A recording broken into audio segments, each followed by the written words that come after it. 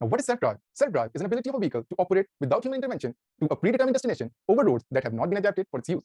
Of course, this level of autonomy is yet to be achieved. So, what are the levels of autonomy? There are 5 levels in total, and level 0 is human drive. Starting from level 1 all the way up to level 5 is full self-drive or full autonomy. Now, majority of the world car manufacturers hover around this 2 to 3 level of autonomy. Now, the question arrives, how do self-driving cars think? Or what's happening behind the wheel that make it tick? The simplest way to answer this question is in 4 easy steps, starting with the very first step, which is mapping. Now, mapping essentially is where the car is in relation to its environment. Now, the information about its environment is gathered through sensors surrounding the car. This information, combined with the pre-fed information about the state laws, help the car navigate safely. Then comes the information or the scanning part. Now, scanning basically identifies what's around the self-driving car. This includes everything from vehicle, people, objects, traffic signs, and traffic signals. Third one is anticipating.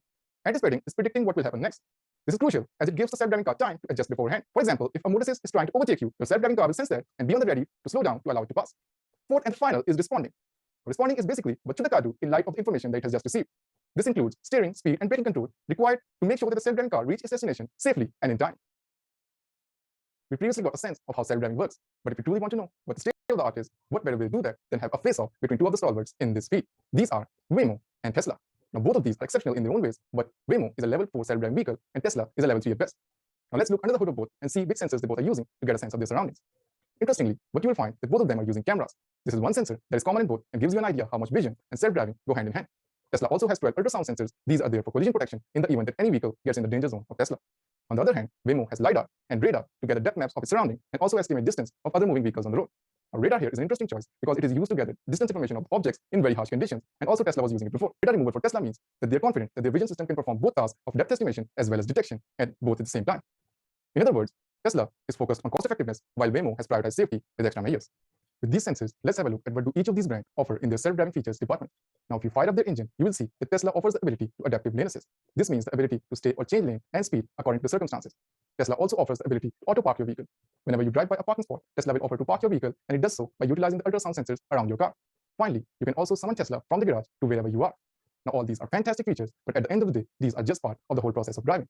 On the other hand, if you look at Waymo, you will see that for limited cities, Waymo provides the complete self-drive experience. From pickup to destination, no human driver is required. To sum up, Tesla seems to be giving us a lot of self-driving features, but at the end of the day, these are just assisting us. For a complete self-drive experience, free of worries, at the moment, Waymo drives alone. And what are self-driving cars? Apart from this, we also discussed about how the leading brands in self-driving, like the Waymo and the Tesla, how they handle the problem of self-driving.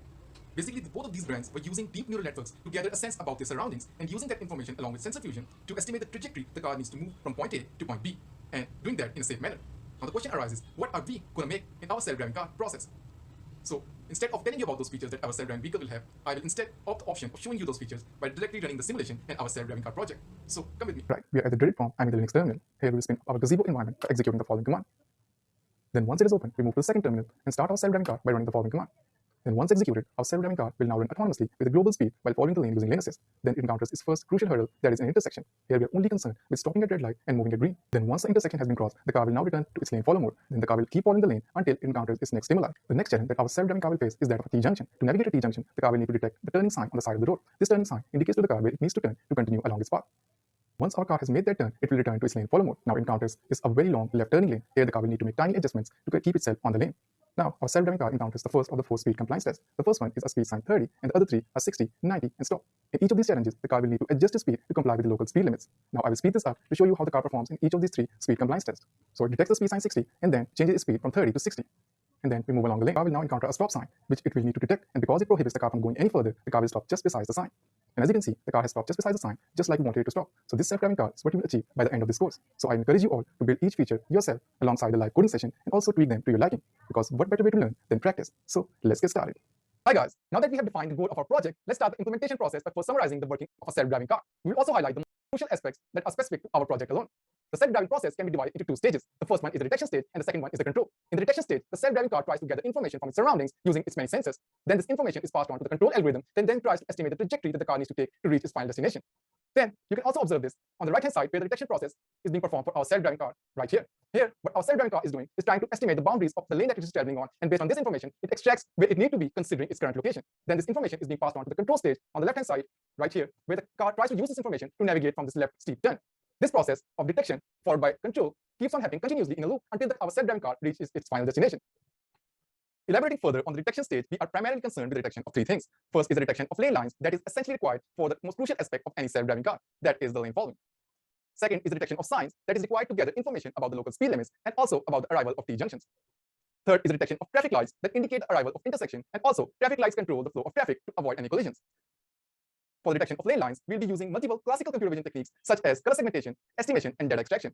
For the detection of signs, we'll be embarking upon two separate fields. Those are convolution neural network for the detection of signs from deep learning and optical flow for tracking of those signs from advanced computer vision. For the traffic lights, we'll be using multiple advanced computer vision techniques such as hard cascades for detection and optical flow for tracking. Once the information has been extracted from the detection stage, this information will be passed on to the control algorithm that will derive the steering and the speed parameter to maneuver the car.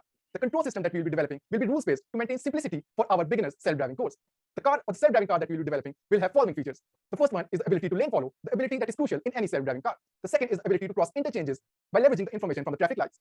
Third is the ability to navigate T-junctions by moving towards its destined position. Finally, the ability to adjust its speed so that it can comply with the local or the area speed limits. So enough of the theory, let's start with the implementation.